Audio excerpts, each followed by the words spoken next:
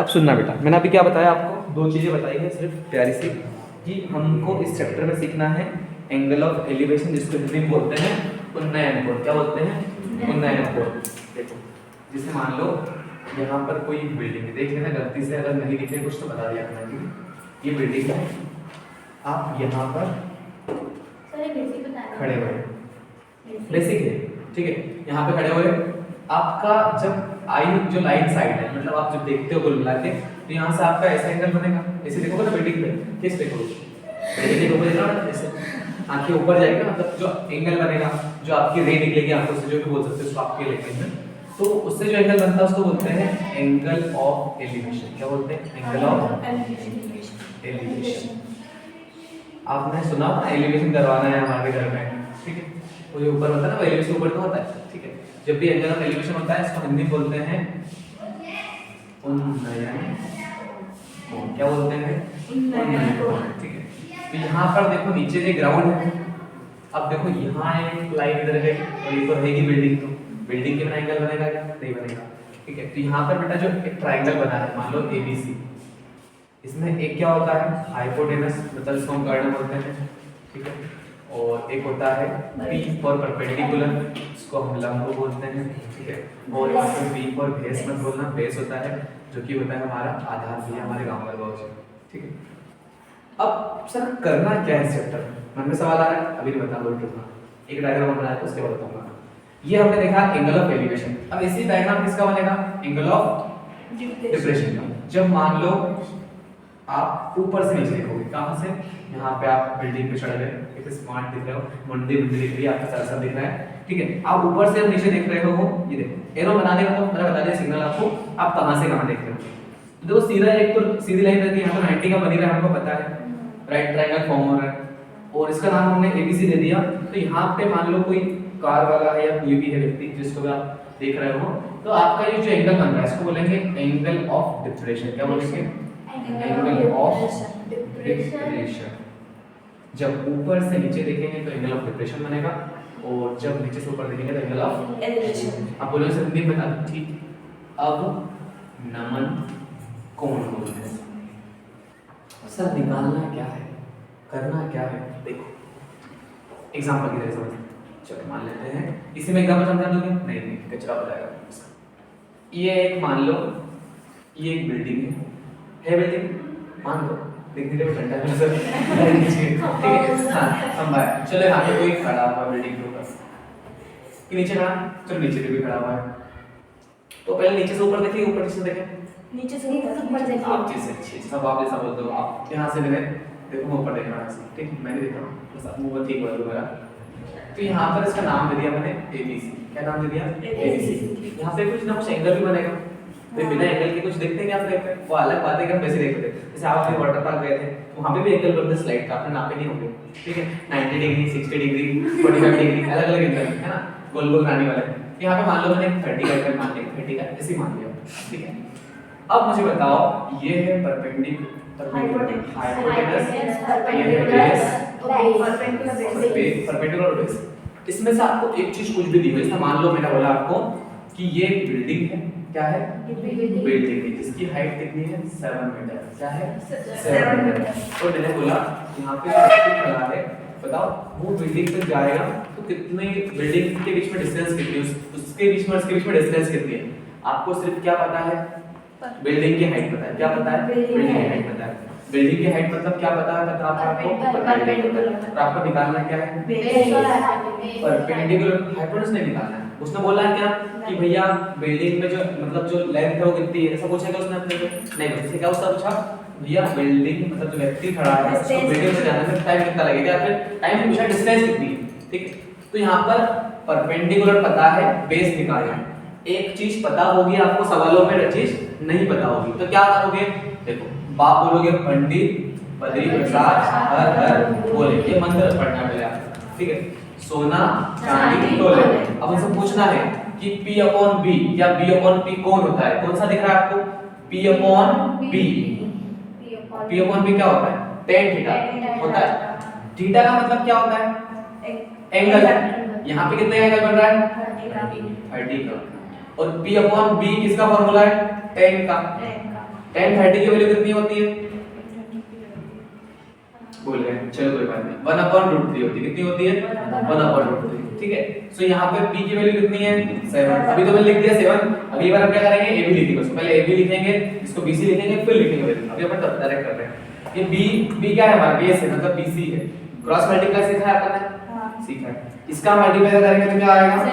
Same आएगा। इसका multiply करेंगे तो नंबर पहले 7/3 और मीटर है ना, तो मीटर लिख देंगे। ये आपके जो क्या है, उसके बीच की डिस्टेंस है, उस पर्सन और टावर के बिल्डिंग के बीच की डिस्टेंस है। ऐसा सवाल करना है आपको। क्या हो पाएंगे इस सवाल? चलो आप बोल दो जिद करते तो पहला क्वेश्चन पढ़ लो एक साथ। पहला क्वेश्चन पढ़ो।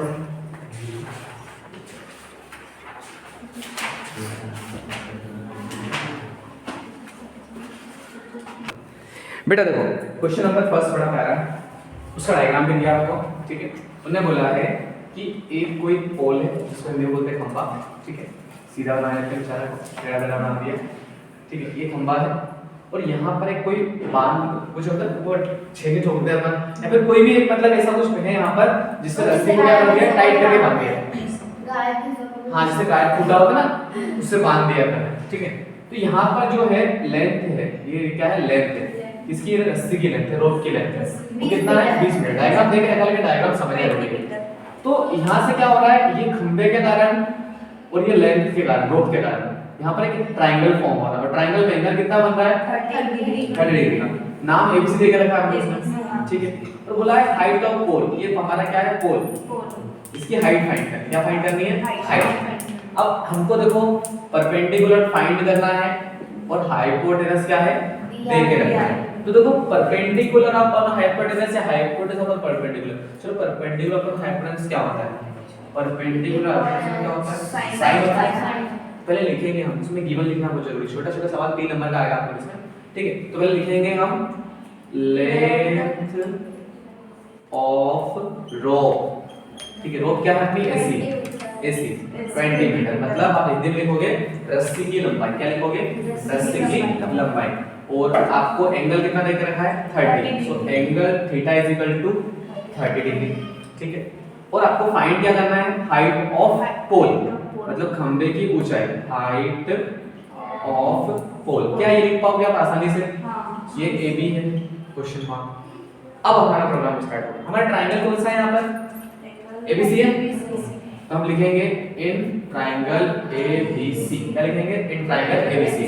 अब हमारे पास हमको पता है कि P दिया है, सॉरी P फाइंड करना है और H दिया है। तो P अपॉन H क्या होता है? साइन। तो साइन लिखेंगे पहले और थीटा लिखने की जगह पर क्या लिखेंगे? Direct angle. कितना एंगल? 30 डिग्री। तो यहाँ पे क्या लिखेंगे? P upon H। साइन 30 की वैल्यू कितनी होती है? 1/2। चलो ये तो याद है, thank you so much. P मतलब क्या है? अभी मैंने बोला था ना P की डायरेक्ट वैल्यू नहीं लिखेंगे। P की जगह क्या लिखेंगे अपन? AB लिखेंगे। क्या लिखेंगे?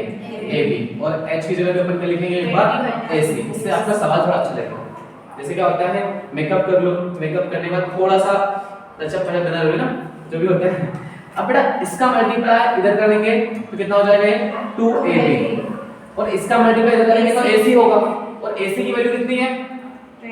20। तो यहाँ पे 20 डालेंगे तो बोतल मांगेगा। मान जाओ, मुझे लग रहा है शक्ल देख के तो लिख देता हूँ पहले AC। और फिर मैं लिख रहा हूँ क्या?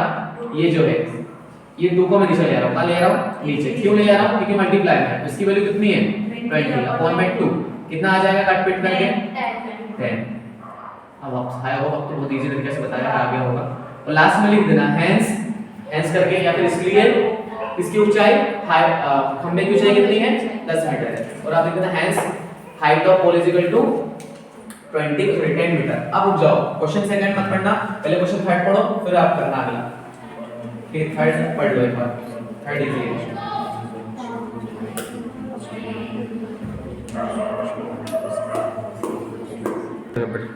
देखो बेटा, क्वेश्चन थर्ड में आपको बोला है एक कॉन्ट्रैक्टर है। कौन है? कॉन्ट्रैक्टर, जो कि देख लेना घूमा तो नहीं। एक कॉन्ट्रैक्टर है जो कि, बेटा सुनो, एक कॉन्ट्रैक्टर है जो कि क्या कर रहा है? बच्चों के लिए साइड बना रहा है, स्लाइड छोटे बच्चों के लिए बना रहा है, जिसको हम बोलते हैं फिसल पट्टी, है ना? फिसल पट्टी समझते थे मैं आज तक, वो होती है फिसल पट्टी।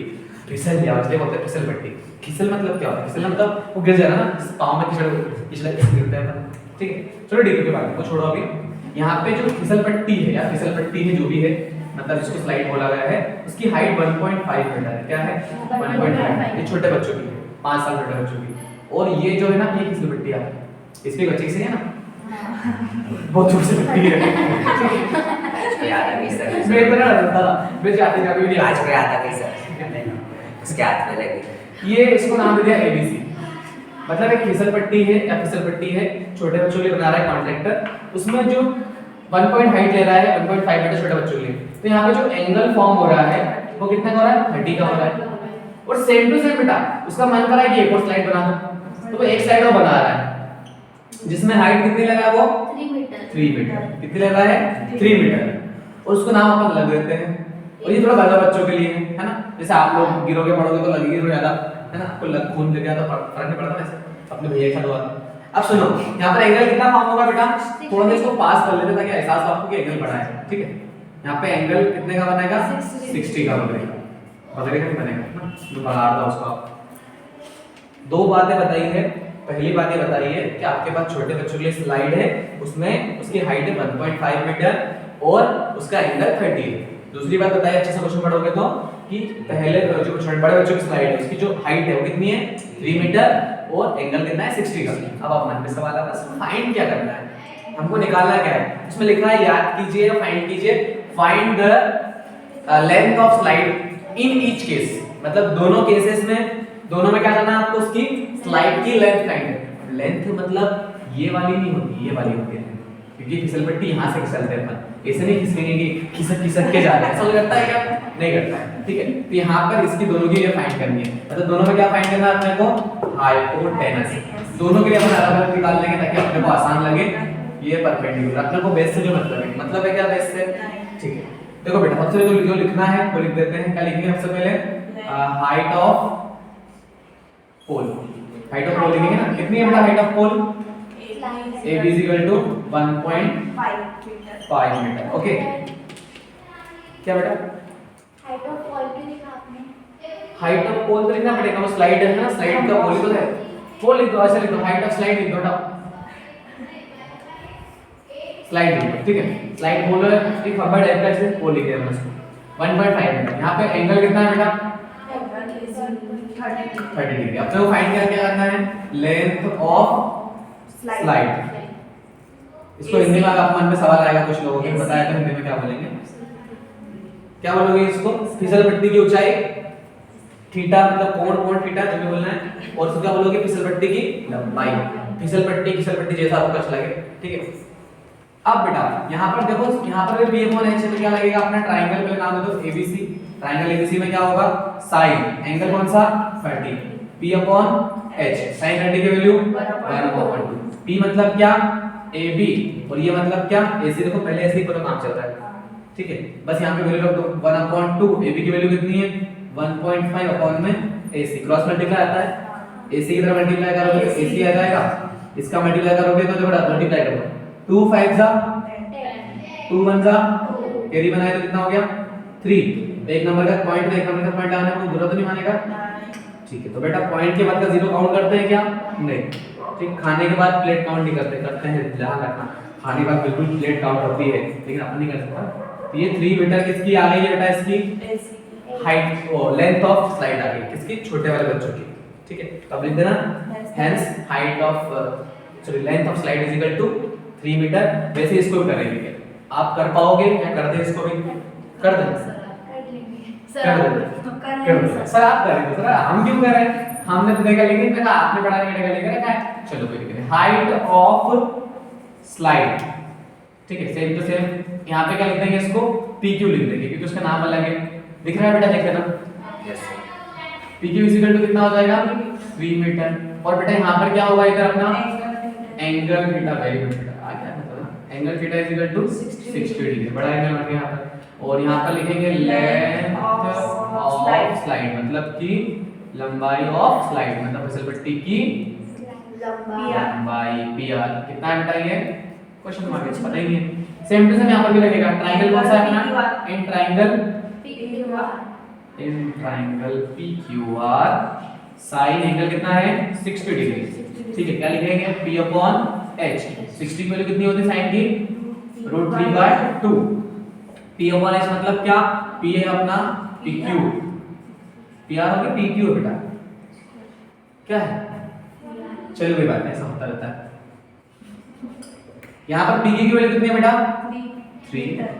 3 मीटर, और नीचे अपना PR क्या है? PR ही रहेगा, PR तो PR ही रहेगा ना। जैसे बेटा यहाँ पर क्या करेंगे, इसका मल्टीप्लाई करेंगे तो कितना आएगा?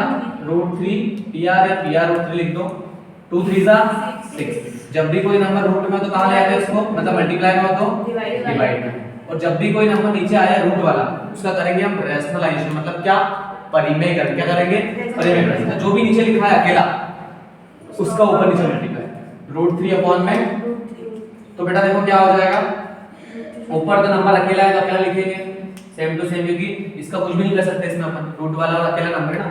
लेकिन दो रूट वाले नंबर को एक साथ मल्टीप्लाई करते हैं और सेम हो तो कितनी बार बाहर आता है? एक बार। पक्का एक बार आता है। तो 3 का टेबल आता है आपको, 3 2 कितना होता है? 6। ठीक है, तो यहाँ पर PR इज कितना आ जाएगा? 2 √3 मीटर। क्या हम इसको आंसर बोल सकते हैं? जी हाँ। बिल्कुल बोल सकते हैं, यही आपका क्या है? आंसर है। बात समझ में आई क्या? यहाँ पे लिख देना, यहाँ पे मैंने लिखा नहीं, बोला भी नहीं। परिमेयकरण करने पर या फिर बोल सकते हो डूइंग रैशनलाइजेशन, रैशनलाइजेशन, ठीक है, पूरा लिख देना उसको। आगे समझ में? Thank you.